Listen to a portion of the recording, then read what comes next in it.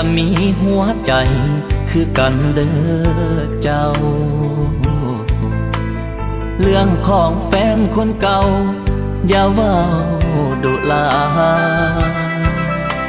กับหูอยู่ดอกว่าเจ้ายังลืมเขานั้นบ่ได้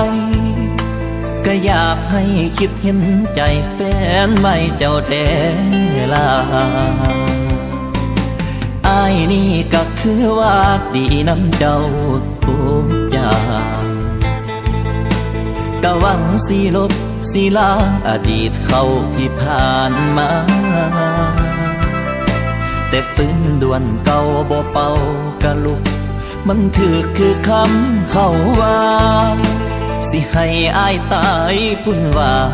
จึงสิลืมเขาได้แฟนใหม่ดีให้ตายก็คงบ่ได้ใจเจ้าคนเป็นแฟนเก่า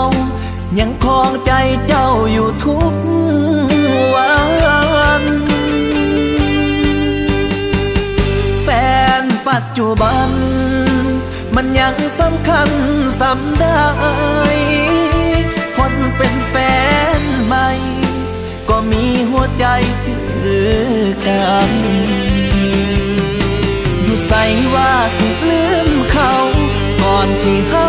สิมาคบกันสนุกอายเป็นใดเพียงไม่กันมาเท่านั้นพอใจเจ้ามันบ่ลืมแฟนเก่าอีกดนปานใด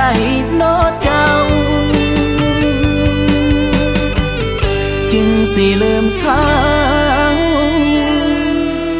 คนนั้น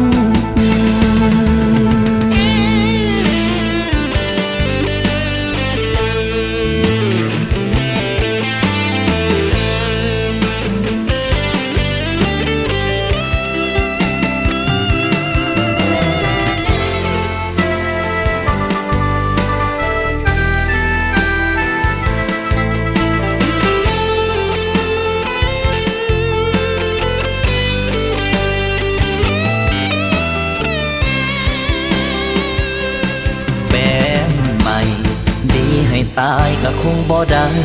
ใจเจ้าคนเป็นแฟนเก่ายังครองใจเจ้าอยู่ทุกวันแฟนปัจจุบันมันยังสำคัญ